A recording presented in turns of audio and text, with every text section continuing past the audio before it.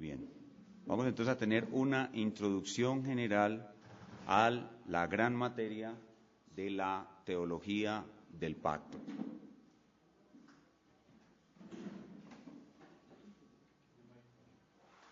La teología sistemática normalmente nos introduce en el conocimiento de Dios a través de la teología propia. La teología propia es el estudio de la persona de Dios. La teología propia nos introduce en el conocimiento de Dios. ¿Cómo es Dios? ¿Cómo es su santo ser? Incluso cómo es Él antes de crear. ¿Cómo es su santo ser en la eternidad? Incluso antes de crear. Es necesario comenzar conociendo cómo es Dios. Es necesario tener una muy buena base en cuanto a la teología propia. Porque si sabemos cómo es ese Dios que adoramos, su grandeza, su infinitud, su eternidad, su toda sabiduría y todo conocimiento, no nos va a extrañar su plan, no nos va a extrañar lo que Él hace y cómo Él lo hace.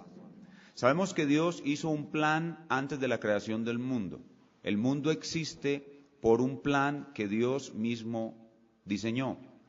La palabra plan en sí no aparece en la Biblia, pero aparece la palabra consejo, el consejo de su voluntad. Aparece la palabra propósito, el propósito de Dios. Se ve claramente que Dios tenía un propósito desde antes de la fundación del mundo. Y ese propósito es claro en la Escritura, es glorificarse a sí mismo.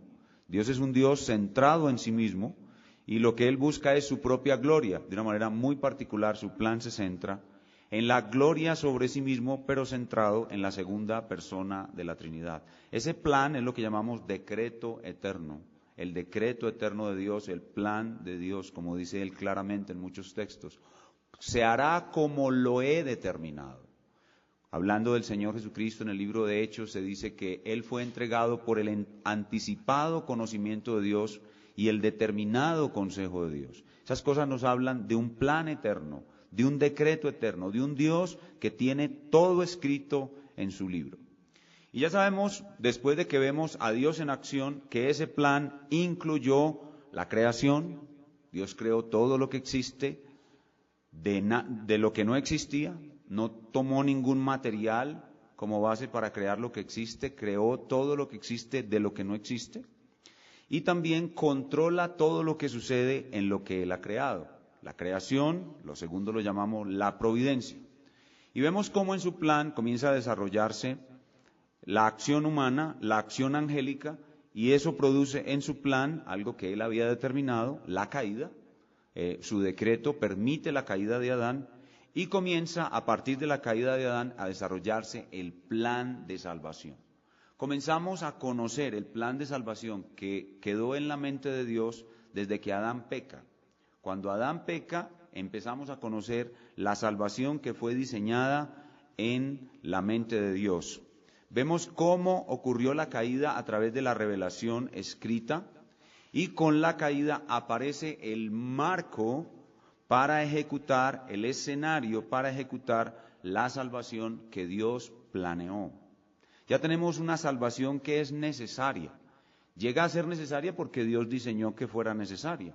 Y comienza Dios a hablarnos de esa salvación y a mostrarnos esa salvación. Y lo que vamos a ver durante esta semana es el medio que Dios decidió usar para revelar y ejecutar su salvación. Ustedes ya lo saben los estudiantes, y se los digo a nuestros hermanos invitados, que la doctrina de la teología del pacto es parte de la soteriología.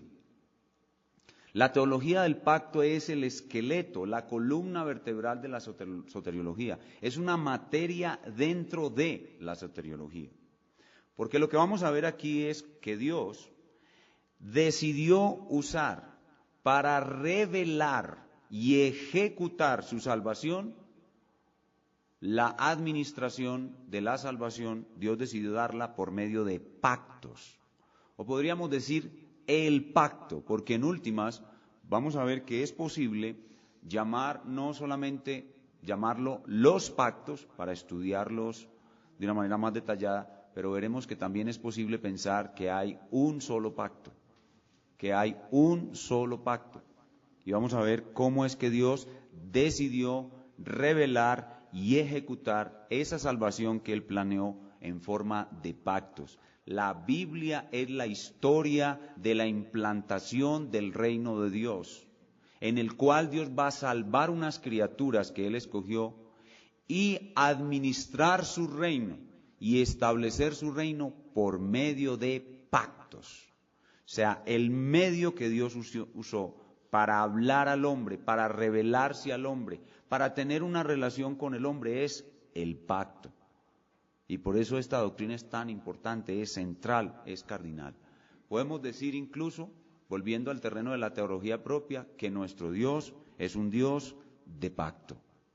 Dios es un Dios de pacto o de pactos, si usted lo prefiere. Después de este estudio, cuando usted observe que hay un solo pacto y que hay muchos pactos, ya usted decide si habla de uno o de muchos. Y ese Dios que se manifiesta como un Dios de pacto o de pactos, en su nombre personal, que es YHWH, el famoso tetragramatón, que traducido o más bien arreglado en los idiomas donde tratamos de pronunciar este nombre es Yahweh, Yahvé o Jehová. Ese nombre propio de Dios es el nombre del Dios del pacto. Yahweh Elohim o Yahvé Elohim o Jehová Elohim es Dios de pactos. Entonces, recuerden, vamos a estudiar teología propia, que es una materia subsidiaria de la soteriología, pero vamos a estar hablando de Dios, vamos a estar hablando de su salvación, de su plan de salvación, y lo vamos a conocer como Dios de pactos. Y lo que vamos a hacer en esta introducción general que vamos a ver en esta primera hora es por qué este tema es importante, qué beneficios trae este tema a nosotros, y a empezar a desarrollar algunos conceptos, algunas nociones fundamentales con respecto a este tema. Dios creó, y lo que creó le plació administrarlo y relacionarse con lo que Él creó por medio de pactos, especialmente con la criatura humana. Con los ángeles no, pero con la criatura humana. Dios es un Dios de pactos. Vamos a empezar a conocer a ese Dios de pacto o de pactos. Y hemos dicho que podemos hablar de un solo pacto. Yo creo que el hermano Galardi, yo no alcancé a leer sus notas, solo las miré por encima.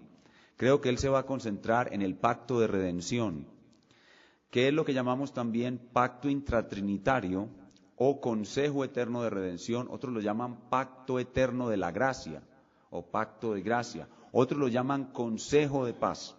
Entonces vamos a escuchar una expresión algo así como que hay un solo pacto, que es un pacto intratrinitario que se desarrolla en 6 sucesivos pactos.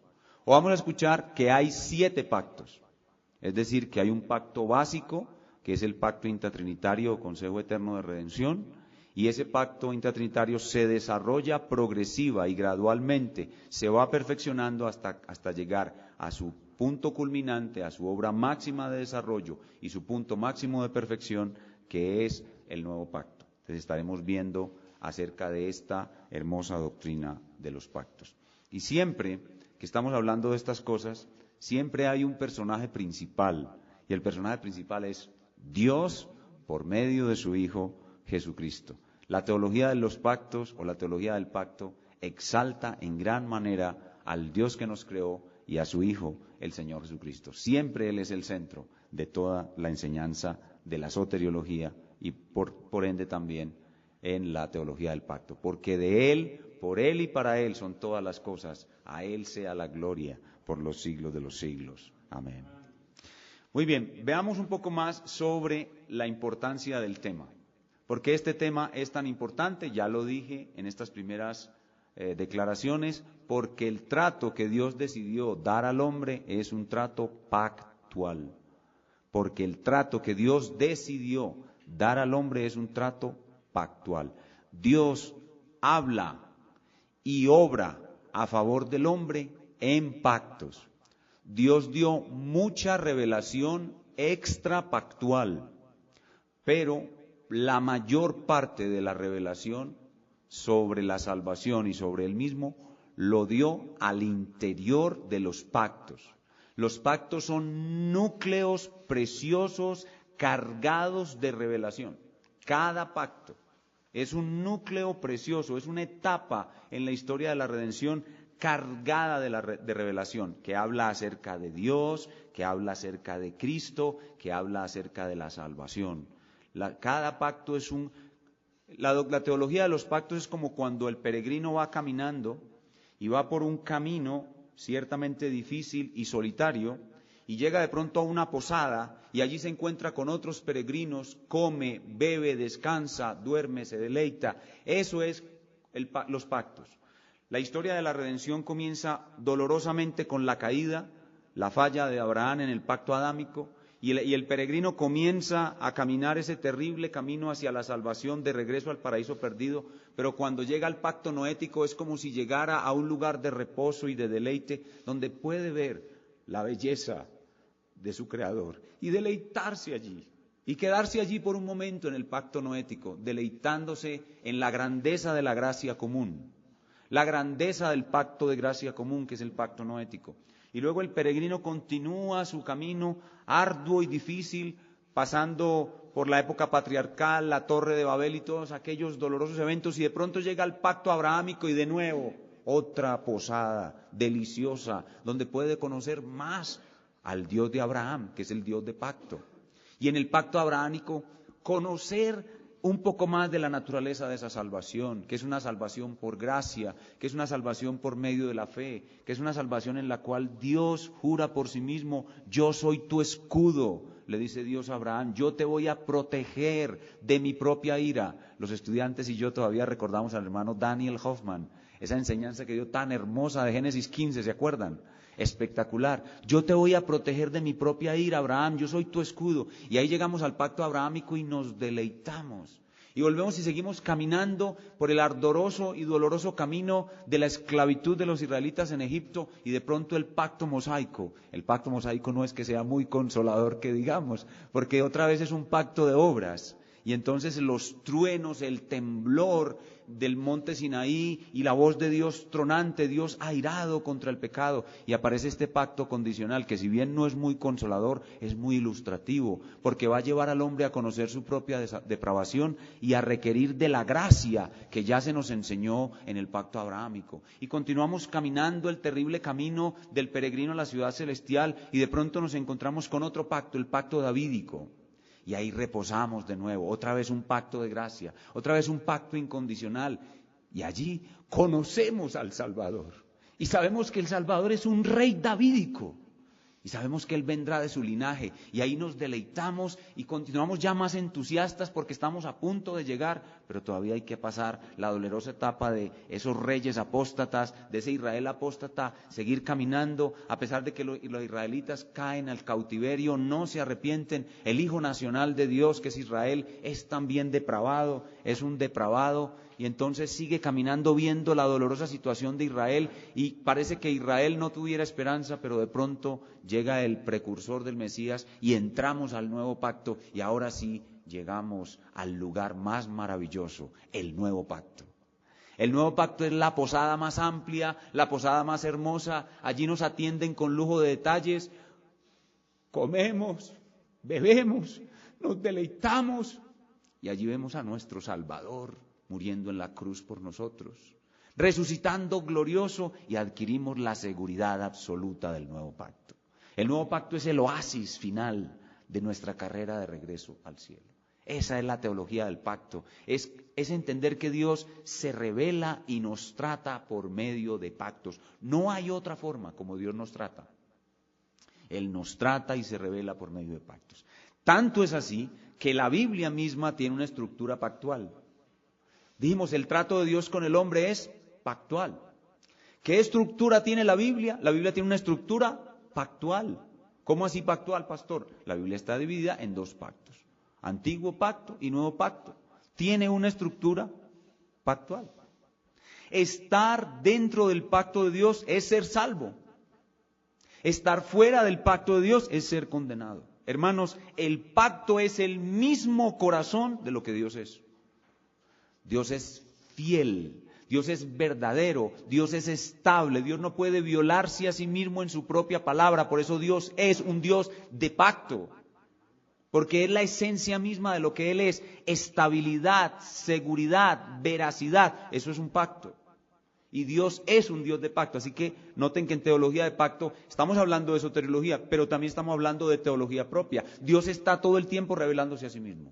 Dios es un Dios estable, fuerte, fiel, firme, confiable, la roca de los siglos, el juramento que no dejará de cumplirse. Eso es Dios. Por eso tenemos que hablar de los pactos. Y por eso este capítulo, a pesar de que está incrustado en la soteriología, por su importancia y por su belleza, se saca de la soteriología y se estudia aparte. Vamos a aprender que a pesar de que este tema es demasiado importante, es muy difícil. Es un tema difícil. ¿Y cuál es la dificultad? La dificultad es porque hay diferentes tipos de pactos. Hay diferentes tipos de pactos. Ya vimos, hay por lo menos 7 pactos. Y cada uno tiene su complejidad. Y hay relaciones entre ellos que hacen difícil el tema. Por ejemplo, hay algunos de esos pactos donde hay puntos que no son claros. Por ejemplo, en el pacto adánico. Vamos a ver, yo creo que el hermano Galardi cree que el pacto adánico es un pacto de obras y que existe algo que se pueda llamar pacto adánico. Pero ustedes van a tener expositores que no creen que Dios hizo un pacto con Adán. Por ejemplo, John Murray, él no creía que Dios hizo un pacto con Adán. Entonces hay cierta dificultad. ¿Por qué Murray no creía que Dios hizo un pacto con Adán? Porque en Génesis 1 al 3, 1 y 2 especialmente, no se ve de una manera detalladísima y muy explícita la estructura de un pacto. Sin embargo, por allá en Oseas hay un texto que dice que ellos violaron el pacto con Adán. Entonces hay un argumento para un lado, hay un argumento para el otro, y este tema no es fácil por eso. Entonces ustedes van a encontrar algunos que, como yo, creen que Dios sí hizo un pacto con Adán, pero otros que dicen que Dios no hizo un pacto con Adán. Hay algunos que dicen que el primer pacto no es el pacto adánico. Hay otros que decimos que sí. También es difícil porque hay puntos no claros en las relaciones entre algunos pactos. Hay unos puntos que no son muy claros en la relación de algunos pactos. Por ejemplo, entre el pacto adánico y el pacto mosaico. Yo soy uno que creo que tanto el pacto adámico como el pacto mosaico son 2 pactos de obras. Pero hay otros que no. Hay otros que dicen, no, eso no es un pacto de obras. O la relación que existe entre el pacto abrahámico y el pacto mosaico. El pacto abrahámico y el pacto mosaico están tan relacionados que Israel no podría existir sin el pacto abrahámico. Ustedes saben por qué Dios entró a Israel a la tierra prometida a pesar de esa apostasía tan brava en el desierto. Por amor a Abraham. O sea que la base de la conquista de Israel, de la tierra prometida, es la promesa del pacto, no mosaico, porque el pacto mosaico es condicional, sino abrahámico. Entonces hay una interrelación entre estos 2 pactos que a la sazón, al día de hoy, yo no lo entiendo muy bien. Y estoy seguro que la mayoría de los expositores tampoco, porque es un tema vital pero profundo. Ahora, está también la relación entre el pacto abrahámico y el nuevo pacto. El hermano que va a predicar aquí es presbiteriano y el hermano que tuvimos de Antiguo Testamento también es presbiteriano. Aquí hay hermanos presbiterianos. Los presbiterianos creen que prácticamente el pacto abrahámico y el pacto nuevo son lo mismo. Tanto que intercambian el símbolo o el sello del pacto el uno por el otro. Pero la mayoría de los bautistas creemos que no son lo mismo, como voy a explicar en mi segunda sesión esta mañana. Entonces miren la complejidad, hay elementos de complejidad y por eso digo, no vamos a estar de acuerdo. Muchos de ustedes no han escuchado nunca esto, lo van a escuchar por primera vez y de primera vez se van a matricular en una postura y el hermano que está a su lado se va a matricular en la otra. Entonces tenga cuidado, porque este es un tema difícil. No vamos a dejar de querer al hermano si el hermano va a decir que el pacto abrahámico y el nuevo pacto, como ambos son pactos de gracia, son lo mismo. Entonces no nos vamos a poner a discutir por eso, sino esto es un tema complejo y tiene esa dificultad. Como pongo ahí en la diapositiva, hay diferencias de opinión en el pueblo de Dios. Fuera de eso, es un tema que no ha tenido mucho desarrollo en la historia de la Iglesia. Es decir, no hay muchos autores que hayan tratado directamente la teología del pacto. Usted encuentra en los escritores clásicos de la Reforma mucho sobre teología de pacto, pero lo encuentra disperso en sus teologías sistemáticas. Pero un libro escrito por los antiguos, que trata exclusivamente la teología del pacto. Yo no lo conozco, ni siquiera en los puritanos que fueron tan prolijos. Yo no lo conozco. No se ha desarrollado muy bien la teología del pacto. Ahora hay varios libros, hay buenos libros. El hermano Galardi nos va a recomendar uno. Yo no lo he leído, pero no hay mucho en cuanto a la teología del pacto. Por ejemplo, en español tenemos un solo libro que es Desde el huerto hasta la gloria del cielo. En español hay un solo libro que trata este tema. En inglés deben haber muchos más y recientemente seguro se han publicado más, pero en español tenemos uno solo.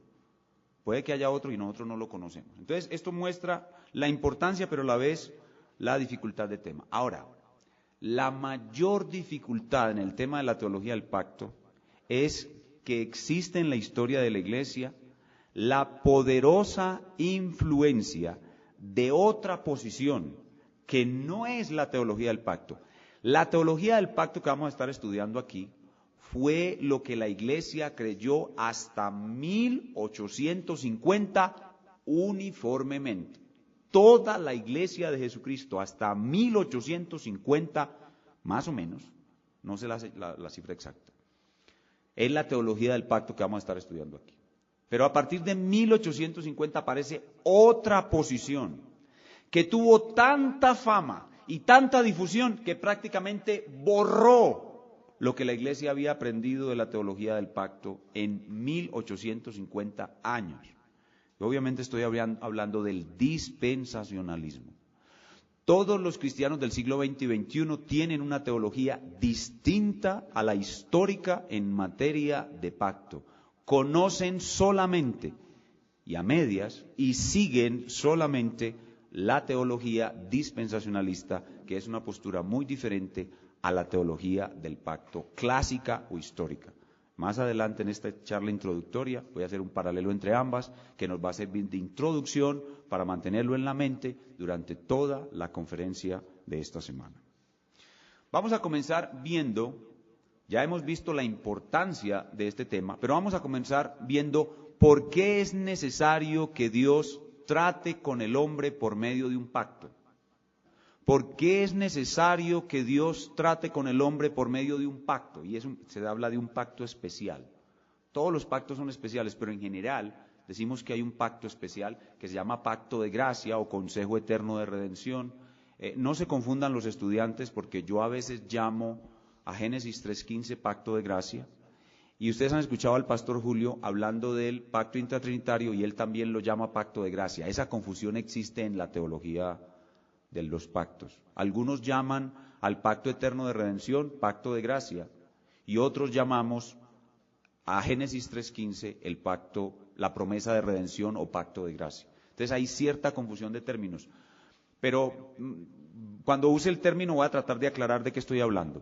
Aquí voy a hablar de por qué es necesario que Dios trate con el hombre por medio de un pacto especial, que es el pacto intratrinitario, no Génesis 3:15, sino el pacto intratrinitario que aquí lo llamamos pacto de gracia. Vamos a ver alguna base bíblica para entender esto.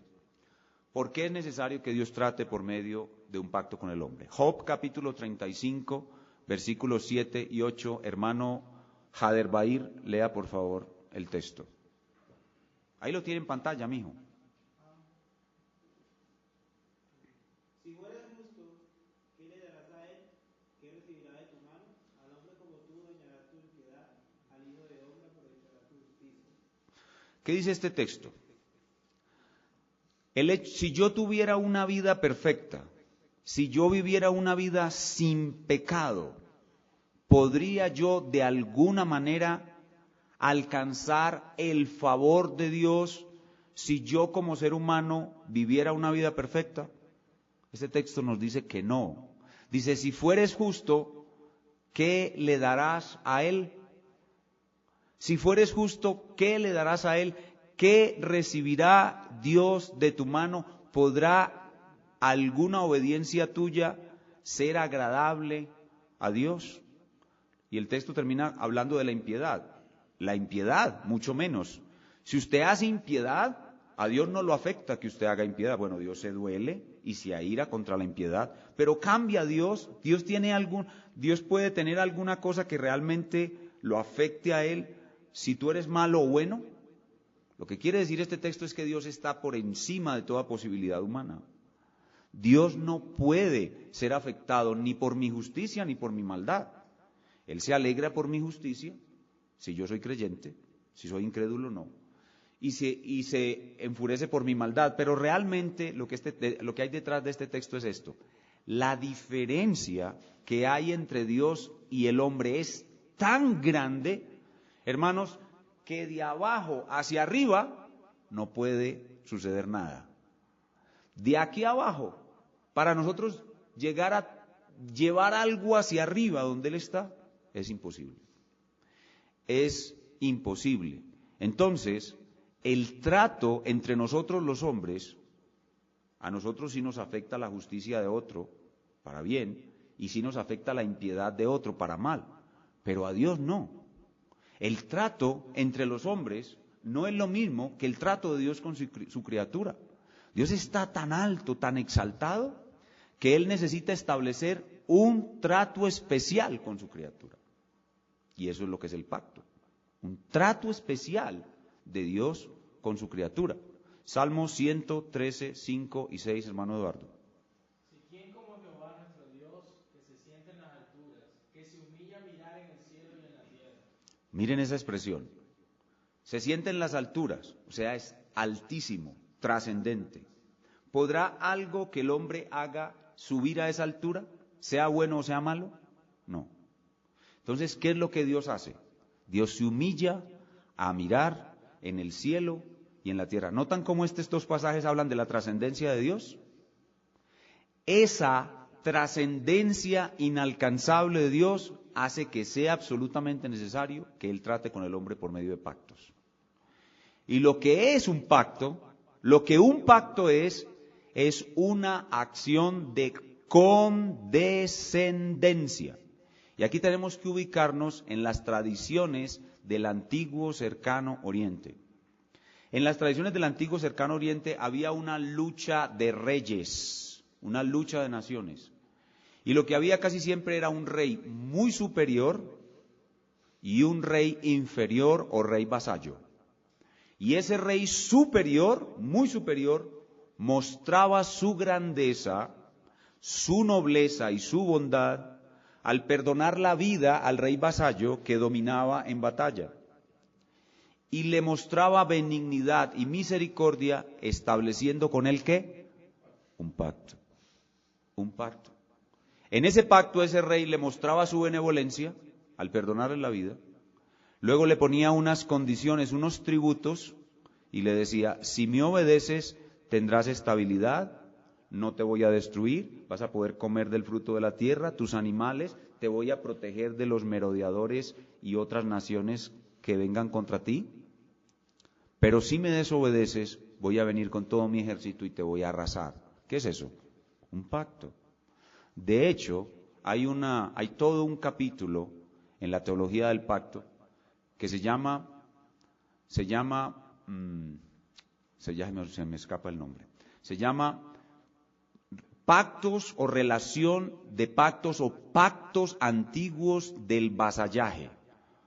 Pactos antiguos del vasallaje. Y es un estudio, son unas cosas que se han descubierto en estas tabletas asirias y babilónicas que se han descubierto por la arqueología. Tratados, esa es la palabra que no me acordaba. Tratados imperiales del vasallaje. Así se llaman. Tratados imperiales del vasallaje. ¿Qué son tratados imperiales del vasallaje? Es un escrito muy antiguo, tomado de esas tabletas cuneiformes, de esa escritura jeroglífica marcada en arcilla o en otros productos, y muestran esos tratados imperiales del vasallaje cómo se relacionaba el rey superior con el rey vasallo. Ese mismo contexto es el contexto que ocurre en la Biblia, para mostrar cómo Dios hace pactos. Dios es el rey supremo y el hombre o la nación de Israel es el rey vasallo. Entonces, el pacto es un acto de condescendencia de Dios, el ser superior, el rey superior, con el inferior, que es el ser inferior o el rey vasallo. Otro texto que nos puede dar luz sobre esta necesidad. Estamos hablando de la necesidad de que Dios trate con pactos. Hermano Jorge, me lees Lucas 17, del 5 al 10 en tu Biblia, porque ese sí tengo, ahí tengo solamente el 10. Pero hacemos énfasis en ese versículo 10. Ese es el pasaje donde un siervo, donde el Señor habla de un siervo inútil.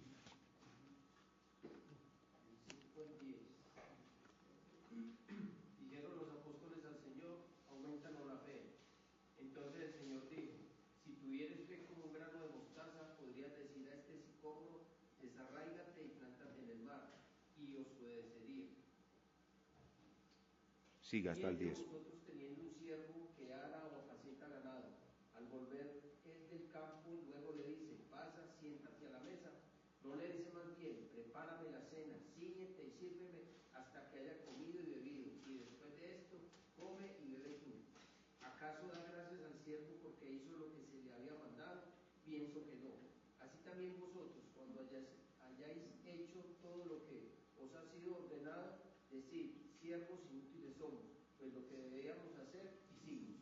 Escuchen otra vez la diferencia entre la criatura y el Dios trascendente. Cuando la criatura ha hecho todo de manera perfecta, ¿cómo se debe calificar a sí misma? Siervo inútil. Por tanto, Dios puede tratar o decidió tratar con estos siervos inútiles en forma de pacto. Es decir, en forma de misericordia, en forma de benevolencia, en forma de un rey superior, teniendo benevolencia con un rey inferior, como se enseña en los tratados imperiales del vasallaje. Es la figura bíblica, el contexto bíblico cultural de lo que es un pacto. Entonces podemos entender que el hombre no puede hacer nada perfecto ante los ojos de Dios y por tanto Dios tiene que condescender con él y la forma como él decidió para condescender es lo que llamamos pacto. Pastor, usted está inventando eso. No, esto fue lo que creyeron los puritanos. Escuchen lo que dice la Confesión de Londres de 1689. La distancia que media entre Dios y la criatura es tan grande que aun cuando las criaturas racionales le deben obediencia como a su Creador, sin embargo ellas no podrán nunca llegar a vida espiritual, si no es por alguna condescendencia voluntaria de parte de Dios, habiéndole placido a éste expresarla por medio de un pacto. ¿Está claro eso? Muy bien. Entonces, ahora pasemos a otro elemento. ¿Qué es un pacto? El hermano Galardi lo va a tratar muy bien en su conferencia. Yo voy a darles aquí un breve anticipo. Un pacto en la Biblia no es lo que comúnmente hacen los hombres. Los hombres hacen un acuerdo bilateral. En la Biblia, Dios da su pacto o sus pactos. No es una acción bilateral, es una acción unilateral de parte de Dios. Y la manera más sencilla de definir pacto es esta. Es una promesa de Dios, la cual asegura con un juramento y un sello. Es una promesa, la definición más sencilla de un pacto es esta. Es una promesa a la cual se le añade un juramento. Esa es la definición más sencilla. Pero yo le coloqué ahí y un sello.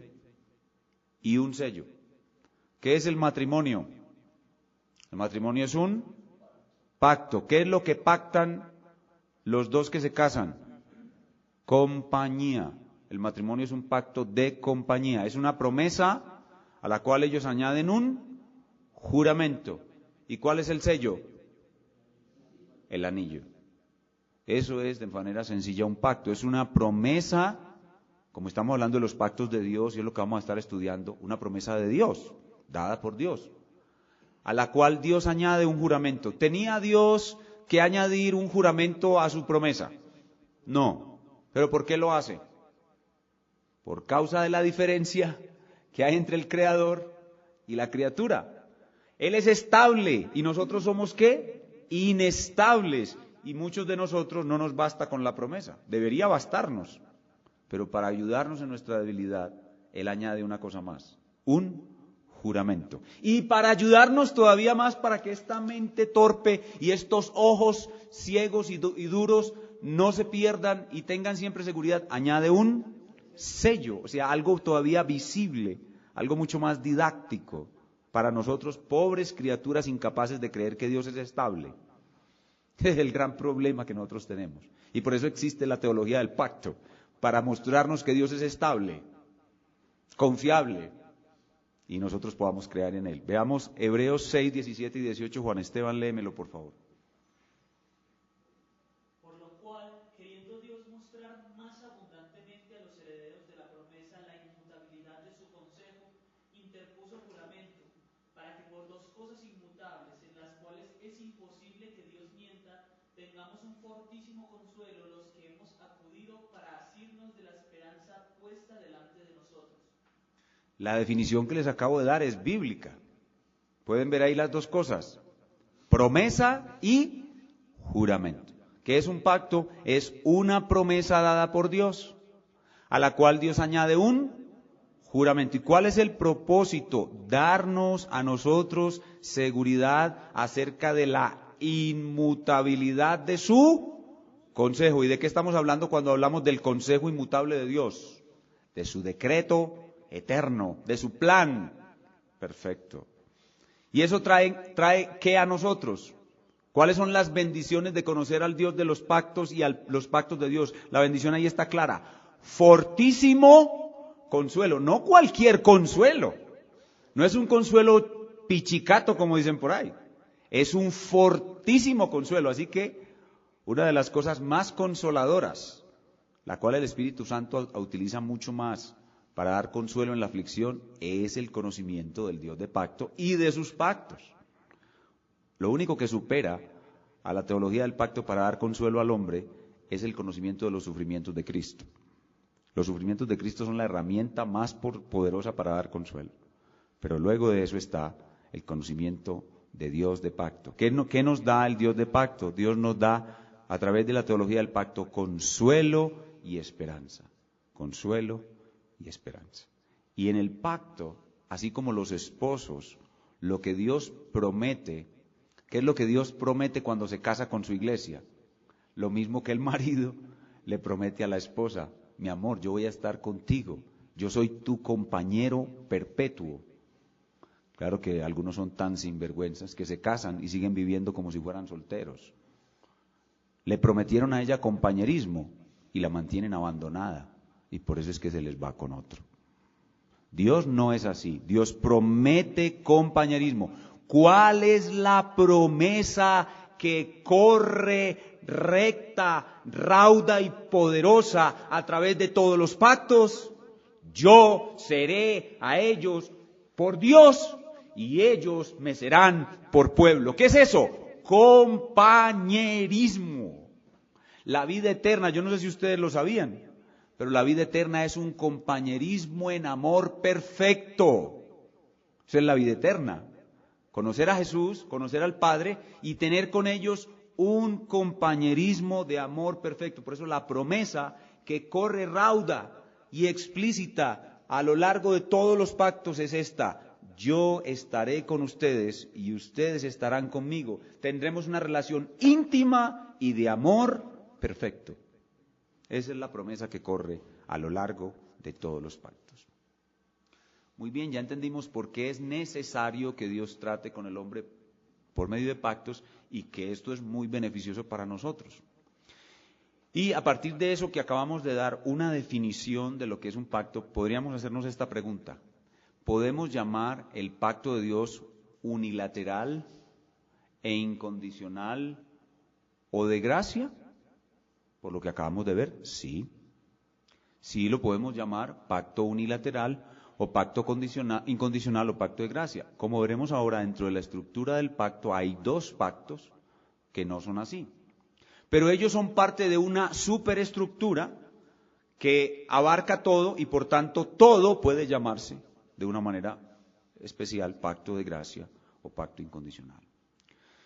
El pacto de Dios es una estructura de varios pactos que se integran y se desarrollan y avanzan hasta llegar al nuevo pacto. Pero dentro de ellos no todos son de gracia. Dos de ellos son preparatorios para la gracia y son condicionales, que son el pacto adámico o adánico y el pacto mosaico. Ellos son preparatorios para la gracia y son condicionales en los que los beneficios prometidos dependen de la obediencia del hombre. Pero estos pactos no son para salvación, sino preparatorios para la gracia. Estos dos pactos llevan al hombre a necesitar la gracia y a reconocer que necesitamos la gracia.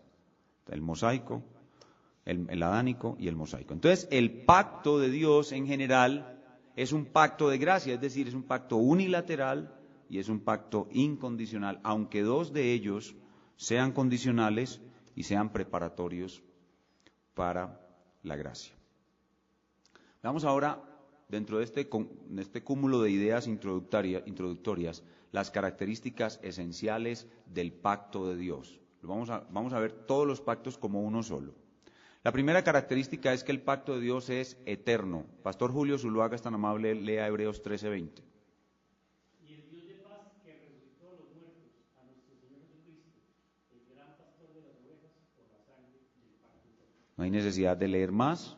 Ahí dice claramente que Dios tiene un pacto que puede ser llamado pacto eterno. Génesis 3:15, hermano Dayan.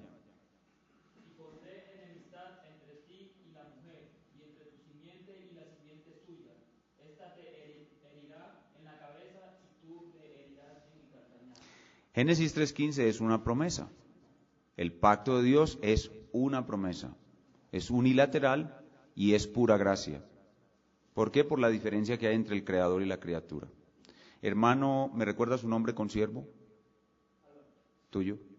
Jonathan, lee por favor Ezequiel 36, 26 al 28. Os daré corazón nuevo y pondré espíritu nuevo dentro de vosotros, y quitaré de vuestra carne el corazón de piedra, y os daré un corazón de carne, y pondré dentro de vosotros mi espíritu, y haré que andéis en mis estatutos, y guardéis mis preceptos, y los pongáis por obra. Habitaréis en la tierra que di a vuestros padres, y vosotros me seréis por pueblo, y yo seré a vosotros por Dios. Entonces vimos que es un pacto eterno, que ese pacto en esencia es una promesa, y la promesa es que el pueblo elegido de Dios pueda regresar al paraíso perdido. Es para un pueblo específico. Él hará que ellos crean al cambiar su corazón y los sellará para que nunca puedan abandonarlo con su Espíritu Santo. Y Él mismo les dará la obediencia. El texto de Ezequiel 36 dice claramente que yo haré que guarden mis preceptos. Yo no sé si ustedes sabían, pero nuestra obediencia a Dios es por pura gracia. La obediencia que lo buen cristiano que yo soy hasta hoy, aunque no soy tan bueno, pero lo bueno que he podido hacer hasta hoy no es mío, sino que es de Dios. Dios me ha dado la gracia de obedecerle. Entonces, es eterno, es una promesa y es la promesa de regresar al paraíso perdido, teniendo un corazón nuevo, obedeciendo a Dios y siendo sellado para siempre por su Espíritu Santo. Son características del pacto de Dios. Miren cómo las reconoce también la Confesión de Fe de Londres, que es una confesión puritana de 1689. Además, ya que el hombre por razón de su caída en el pecado se colocó a sí mismo bajo la maldición de la ley de Dios, le plació al Señor hacer un pacto de gracia. Este pacto de gracia es el pacto intratrinitario, según el cual Dios ofrece gratuitamente a los pecadores vida y salvación por Jesucristo, exigiéndoles la fe en éste para que puedan ser salvos y prometiendo dar su Espíritu Santo a todos aquellos que ha ordenado para vida eterna, dándoles así voluntad y capacidad para creer. Ahí vemos las características esenciales de ese pacto. Es un pacto de gracia, es un pacto para un pueblo. A ese pueblo se le promete regresar a Dios por medio de Jesucristo, se le pide fe y arrepentimiento, pero Dios mismo le regala la fe, el arrepentimiento y la obediencia a Él.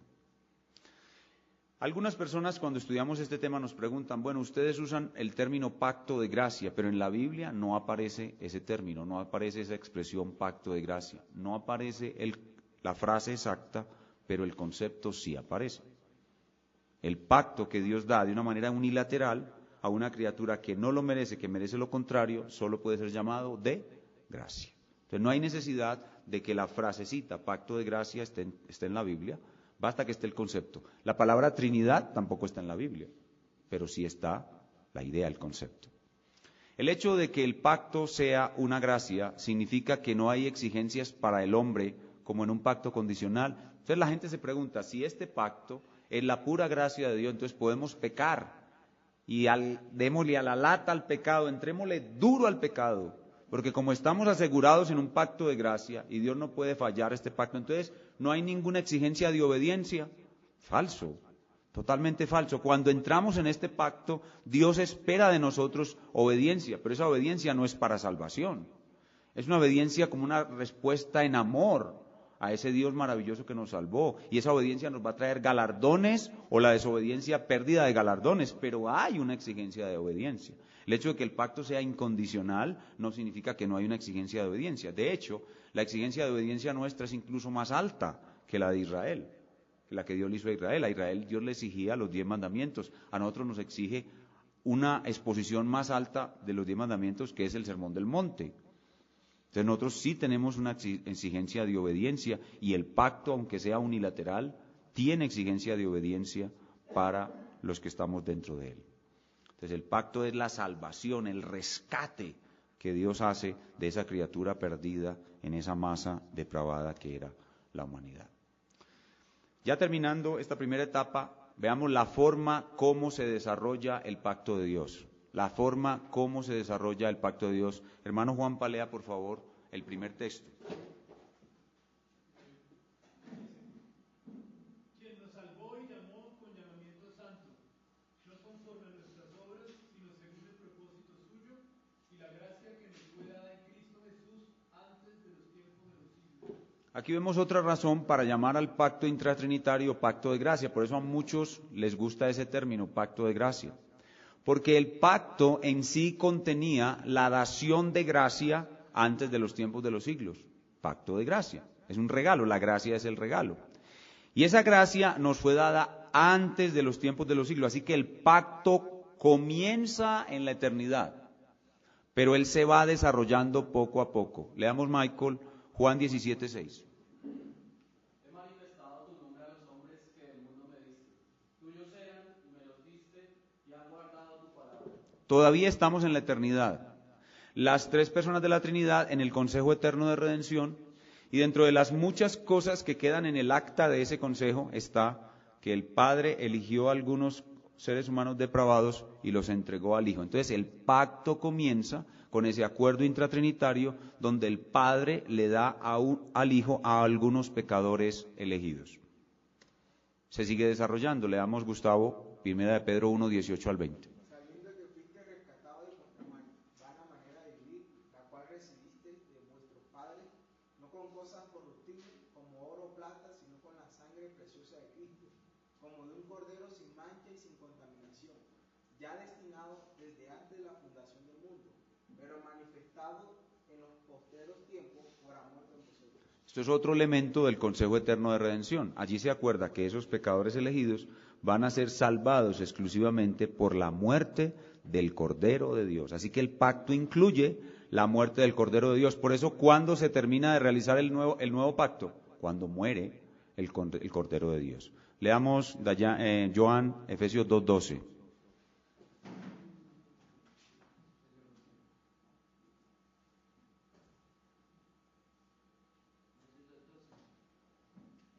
En aquel tiempo estabais sin Cristo, alejados de la ciudad de Israel y alejados a los pactos. Mijo, lea otra vez, lea bien, no se asuste que aquí nadie lo está acosando. Lea despacio y otra vez y lea bien. En aquel tiempo estabais sin Cristo, alejados de la ciudad de Israel y No, lea otra vez despacio. La palabra es ciudadanía. ¿Listo? en aquel tiempo estabais sin Cristo, alejados de la ciudadanía de Israel y ajenos a los pactos de la promesa, sin esperanza y sin Dios en el mundo. Este pasaje es especial y muy importante porque nos muestra la palabra pactos en plural. Dice, hay pactos y hay una promesa. Y eso indica que la doctrina o la teología o el pacto que se acordó en el Consejo Eterno de Redención se va a desarrollar progresivamente. Hay pactos que se van desarrollando. En este texto se habla de los pactos en particular que fueron directamente con la nación de Israel, que son el pacto abrahámico, el pacto mosaico y el pacto davídico. Esos son los pactos. ¿Y cuál es la promesa? Ya la dijimos. Yo seré a vosotros por Dios y vosotros me seréis por pueblo. Entonces hay varios pactos que se desarrollan y una promesa que corre en el centro de todos ellos hasta que esa promesa llega a cumplirse. Entonces lo que estoy hablando aquí es que los pactos se desarrollan de manera progresiva. Y ahorita vamos a ver que eso es contrario al dispensacionalismo. Vean cómo lo ve la Confesión de Londres de 1689. Papi, lea la Confesión de Londres de 1689.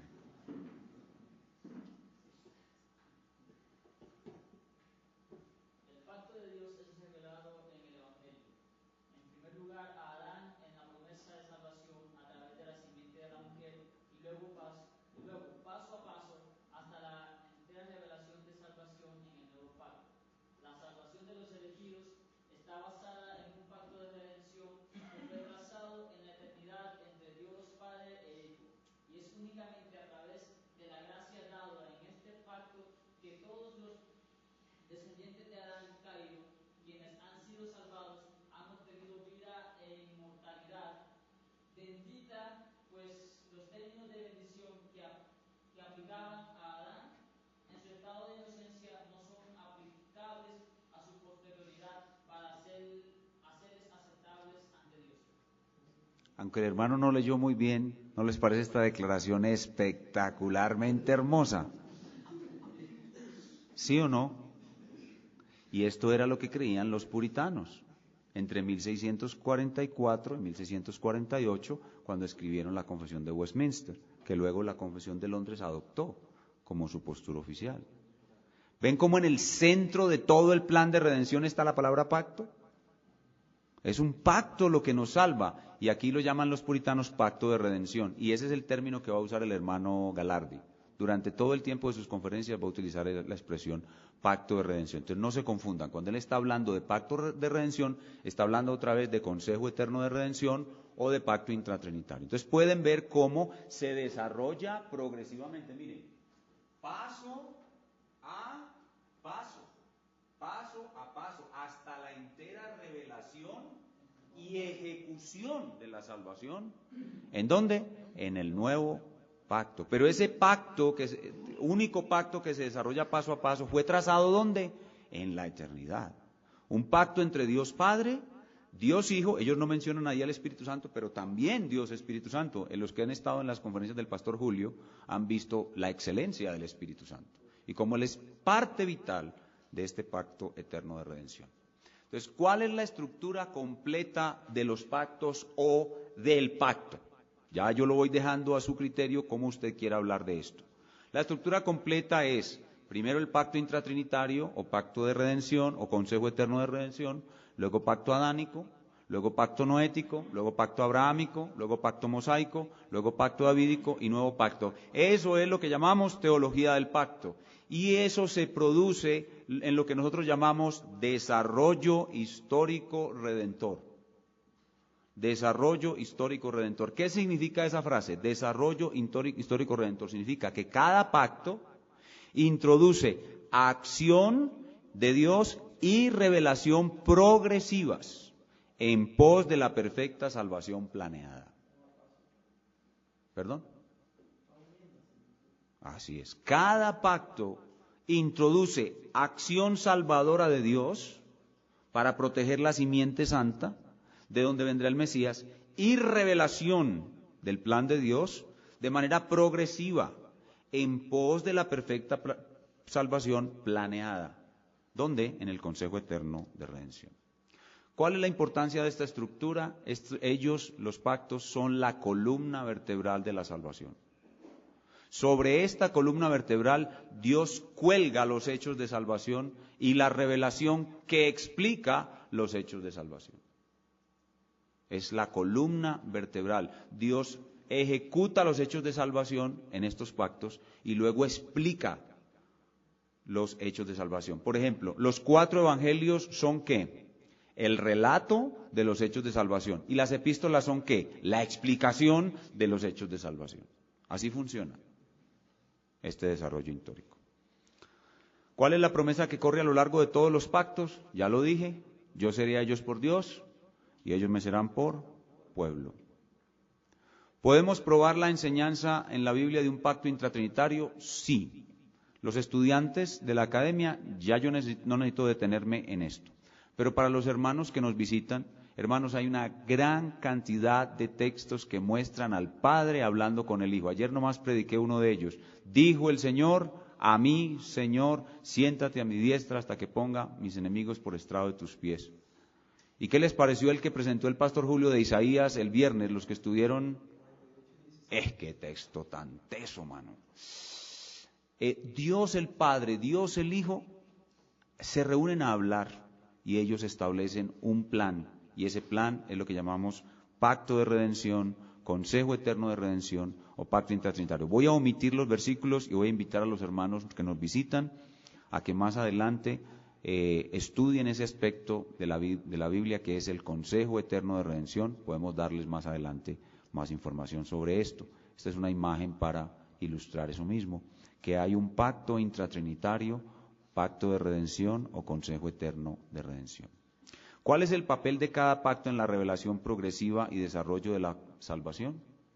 Cada pacto constituye una etapa en el desarrollo de la salvación. La salvación puede ser dividida en 8 etapas. La salvación planeada, que es la mente de Dios, pacto intratrinitario. Salvación necesitada, que es la caída de Adán, pacto adánico. Salvación prometida, que es la promesa de redención, Génesis 3:15. Salvación revelada, que es lo que estamos estudiando, la teología del pacto. La salvación se revela, aunque con los estudiantes vimos que hay revelación extrapactual y revelación profética directa, pero la revelación principal es la teología del pacto. Y ahí están otra vez los pactos y cada uno de ellos aporta un elemento adicional, a cada etapa de la salvación. Por ejemplo, el pacto noético le aporta estabilidad por medio de la gracia común. El pacto abrahámico explica que la salvación es por gracia, por medio de la fe. El pacto mosaico explica que por medio de la ley será el conocimiento del pecado y que los salvados vivirán obedeciendo esta ley. El pacto davídico refleja que viviremos en un reino bajo el gobierno de un rey. Cada pacto le añade algo más a la salvación planeada. Luego viene la salvación ejecutada con Cristo, el nuevo pacto, la obra de expiación. Luego la salvación aplicada, que es lo que llamamos ordo salutis u orden de salvación o cadena de oro de la salvación, que es lo que todo tiene que ver con la obra del Espíritu Santo en cada elegido aplicando lo que Cristo logró. Luego la salvación preservada, que es la obra del Espíritu Santo de preservarnos hasta ser salvos, y la salvación consumada, que es la glorificación no solamente del hombre, sino de cielo nuevo y tierra nueva. Como decíamos ahora, todo esto está enmarcado en una estructura bipactual que es la que tiene la Biblia. La Biblia ubica a los pactos de obras como antiguo pacto, que son el pacto con Israel, que es un pacto nacional, condicional temporal y terrenal, porque promete una tierra prometida que es algo terrenal, y en contraste con el nuevo pacto. Nuestros hermanos presbiterianos incluyen en el nuevo pacto el pacto abrahámico. Los bautistas señalamos el nuevo pacto como algo diferente y no lo unimos con el pacto abrahámico. El nuevo pacto es personal, a diferencia del antiguo que es nacional, y es transnacional. No es condicional sino incondicional, no es temporal sino eterno, y es espiritual en su primera fase, es decir, solo trae la salvación del alma, pero será global y terrenal en su fase final. Entonces la estructura general de la Biblia es bipactual. ¿Cuál es la interrelación entre los pactos? Ya estamos terminando. Ya lo he mencionado durante casi toda la charla, pero lo voy a repetir. Los pactos tienen unidad temática y orgánica. Es decir, todos los pactos tienen un mismo tema. ¿Cuál es el tema? El desarrollo histórico de la redención hacia el nuevo pacto. Todos los pactos son un mismo organismo, el cual avanza desde su forma de semilla. ¿Cuál es la semilla de los pactos? Génesis 3:15. Y él va avanzando en su forma de semilla, y luego con Noé crece la semilla y se forma una plantica, luego con Abraham crece más, se forma un arbusto, luego con Moisés crece más, se forma un árbol, luego con David se hace un gran árbol, y luego con el nuevo pacto es un árbol con todos sus frutos. Tiene una unidad orgánica, es decir, todos tienen la misma constitución, el mismo propósito, van hacia el mismo lugar, aunque cada uno le aporta al árbol un elemento diferente. Entonces, tiene una unidad temática y orgánica. Tienen la misma unidad temática y orgánica. Y hay dependencia entre un pacto y otro. Sin el pacto noético no puede subsistir el pueblo de Dios sobre la tierra. Sin el pacto abrahámico, el pueblo de Israel hubiera sido destruido. Sin el pacto mosaico, ninguno en Israel conocería que es pecador y requeriría de la salvación del Mesías. Sin el pacto davídico, no entenderíamos que la salvación es un reino a través de un rey. Cada uno depende del anterior. Tienen dependencia el uno del otro y hay continuidad. Es decir, hay un avance y desarrollo en la revelación progresiva de un pacto siguiente, aunque en algunas cosas hay discontinuidad. Por ejemplo, aunque hay relación entre el antiguo pacto y el nuevo pacto, hay cosas del antiguo pacto que no continúan en el nuevo pacto. Resulta obvio que la ley ceremonial fue abolida con el nuevo pacto. Entonces hay cosas del antiguo pacto que continúan en el nuevo pacto y hay cosas que no. Es decir, hay continuidad, pero también hay discontinuidad. Eso lo ampliaremos más adelante. Progresión. También hay progresión. La revelación y la salvación van progresando a medida que los pactos se van realizando. Entonces, estas son las interrelaciones entre los pactos. La siguiente gráfica nos lo va a aclarar. Ahí tenemos los pactos desde el pacto intratrinitario en la base de todos, porque Él es la base de todos, y los otros van adelantando y avanzando hasta llegar al nuevo pacto. Y en esos hay lo que están en los cajones de los lados: unidad, continuidad, dependencia y progresión. Unidad, continuidad, dependencia y progresión. Y hermanos, esto que acabo de enseñar, grosso modo, es lo que toda la iglesia creyó hasta 1850. Toda. La oriental, la occidental, toda la iglesia creyó en esto. Lo que acabo de enseñar es lo que se llama la teología del pacto. Obviamente es superficial, es un vistazo. Pero en 1850 aparece otra forma de ver la Biblia, otra forma de entender los pactos. Se llama dispensacionalismo. ¿Existe alguna otra forma en la historia de la Iglesia de ver la historia redentiva diferente a la teología del pacto? La respuesta es sí. Se llama dispensacionalismo y su autor es ese señor que ven ahí en pantalla, Juan Nelson Darby. Note las fechas de su vida, de su nacimiento y muerte, de 1800 a 1882. O sea que más o menos a los 50 años de Darby, 1850, él desarrolló su famosísima doctrina del dispensacionalismo. ¿Qué es el dispensacionalismo? ¿Cuál es la diferencia entre el dispensacionalismo y la teología del pacto? Es una diferencia abismal, total. Son como el día y la noche y son irreconciliables el uno con el otro. ¿Y cómo está la iglesia cristiana del siglo XX y del siglo XXI? La mayoría son dispensacionalistas. Es más, ustedes y yo nacimos en el dispensacionalismo y no nos habíamos dado cuenta. ¿Y cuál es la razón por la cual no salimos de ello? ¿Cuál es la razón por la cual no nos inquietamos por conocer mejor la verdad? Porque somos analfabetas históricos. Si nos tomáramos la molestia de leer la historia de la iglesia, veríamos que no tenemos que creer todo lo que se nos dice, sino un adecuado examen bíblico e histórico. ¿Cuál es la diferencia entre los dos? La teología del pacto habla de unidad entre los pactos.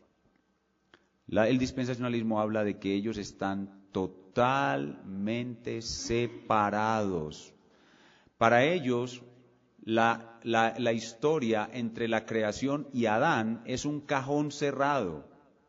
Una promesa de Dios, una amenaza de Dios, Adán desobedece, un juicio de Dios, termina la historia y comienza una nueva historia. Y hay una brecha entre ese pacto y el siguiente. Total separación entre ellos. Para la teología del pacto, Dios tiene un solo plan. Para el dispensacionalismo, Dios tiene dos planes. uno para la iglesia y otro para Israel. ¿Han escuchado eso? Ya empiezan a reconocer de lo que les estoy hablando. Para la teología del pacto, como acabo de enseñar, hay unidad, continuidad, desarrollo y progresión. Para el dispensacionalismo hay discontinuidad completa. No hay unidad, no hay una semilla orgánica que se desarrolla y es un solo plan. No, hay siempre un nuevo comienzo.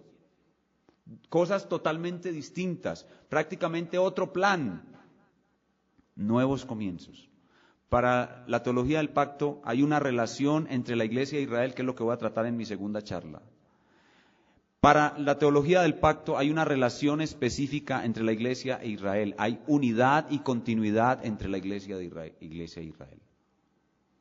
Pero para los dispensacionalistas, la iglesia está totalmente separada de Israel.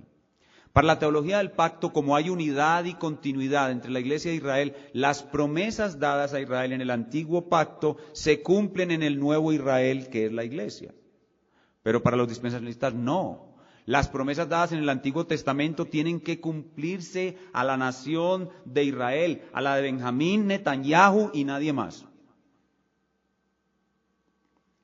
La teología del pacto no se puede separar de la escatología. Ustedes han visto que la teología sistemática es prácticamente inseparable. La teología del pacto tiene una escatología sencilla, simple. En cambio, con el dispensacionalismo apareció la forma más novedosa y seductora de escatología, que es lo que se conoce como dispensacionalismo o sensacionalismo dispensacional, que es ideas que no habían aparecido en la historia de la iglesia, como por ejemplo un rapto pretribulacional. Esa idea apareció en 1850 y la gran mayoría no saben eso. Un rapto pretribulacional es un sueño de una niña que se llamaba Margaret MacDonald, que probablemente influenció a Darby, aunque algunos no saben si fue Darby el que influenció a Margaret o Margaret a Darby. No se sabe qué fue primero, el huevo o la gallina. Y las ideas del milenio desarrolladas de una manera exótica y novedosa, muy distintas a las ideas del milenio que hubo en los padres posapostólicos y que fueron reavivados en el siglo XVII. Ese es un paralelo entre la teología de los pactos y el dispensacionalismo, y aquí lo ven lo mismo en una gráfica. En la parte superior está la postura tradicional histórica de la Iglesia hasta 1850. Unidad, continuidad, dependencia, desarrollo, progresión, 7 pactos, el uno es la base de todos, la parte más alta es el nuevo pacto, pero para ellos no, son cajones separados, dispensaciones, edénica, prediluviana, posdiluviana, patriarcal, legal, evangélica y milenial. Y miren que ellos predican todo lo contrario, predican separación, discontinuidad, independencia y variedad. Conclusión. Dios tiene un solo plan de salvación. Dicho plan se desarrolla por medio de pactos. Los pactos son la columna vertebral de la redención. El desarrollo histórico de la redención correcto, vamos a probar durante esta semana que el desarrollo histórico de la redención correcto no es el dispensacionalismo, sino la teología del pacto. Y el fin último al que apunta todo este sistema de pactos es el nuevo pacto, el cual es la gloria de nuestra salvación y nuestra seguridad eterna.